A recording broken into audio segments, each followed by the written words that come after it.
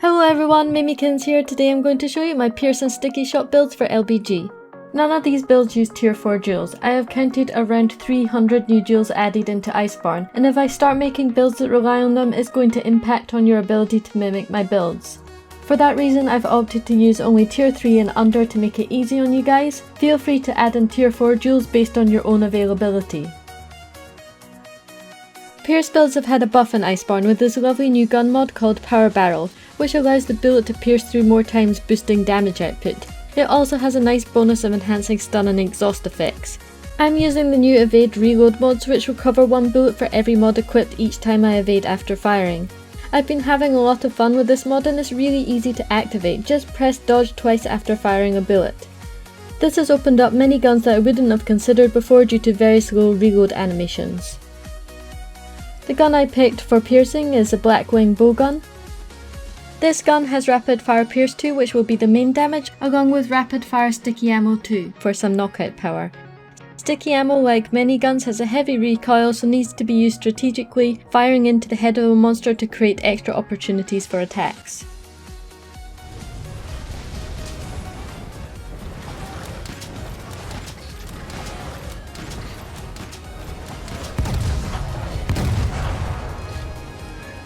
Exhaust ammo damages a monster's stamina. It is more useful in Iceborne since fights last longer. When a monster is exhausted, it spends time drooling, moves slower, and causes certain attacks to fail. However, the monster can recover stamina by eating and may attempt to leave the room to find food. I don't carry every ammo for this gun, just the ammo I'm most likely to use, so I have less to cycle through. I bring sticky ammo 1 even though I can't use it, simply for crafting purposes. Pierce ammo 1 is also used for crafting into level 2. Don't bother bringing piercing level 3 as the recoil doesn't let you move and shoot, and deals less damage than the level 2 version. Since Iceborne, you now have the ability to craft all, which is a major quality of life change for bowgun users. Make sure to take advantage of crafting ammo so you don't run out. I'm using the blackwing bowgun 2, however the gun before it has the same properties, just slightly less damage and crit, so it's still a good option to use while you farm the materials for the upgraded version. Critical hit rate is great for a piercing build. This gun comes with a huge 25% with the ability to add more through augments. Maximum might has been nerfed in Iceborne and isn't very useful for this build, as you frequently use stamina for evading reloads. So I've used Critical Eye and some Weakness Exploit to build on crit rate. Weakness Exploit has also changed in Iceborne and is useful for piercing if people are wounding monsters with clutch claw attacks, or if you shoot through the weak spots. I've made 3 builds for this gun to suit different playstyles. First up, I have my high DPS build, which is useful for low end content or if you're confident on not getting hit. This has several tier 4 jewel slots that could be used to provide some extra utility to the build.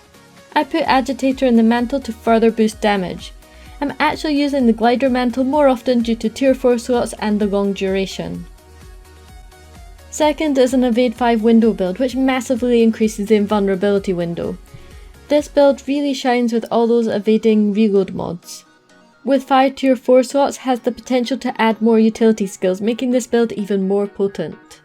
The glider mantle also has an additional 2 tier 4 slots.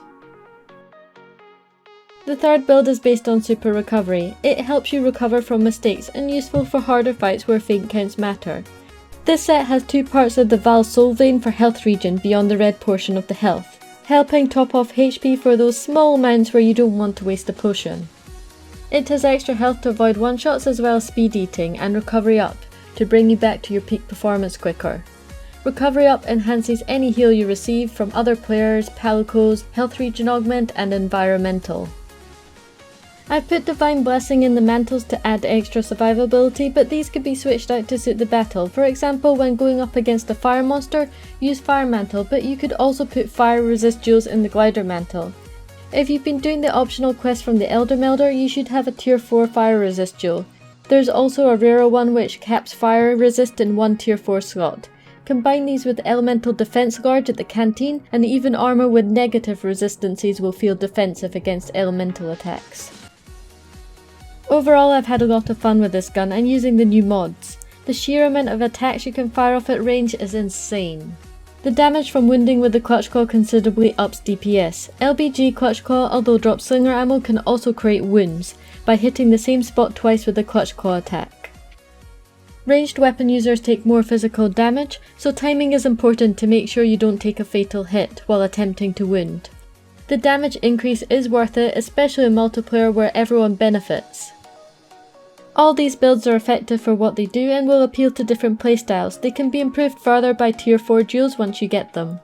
So modify the builds with whatever tier 4 slots you have access to and you will get even more out of these sets I've shared with you today.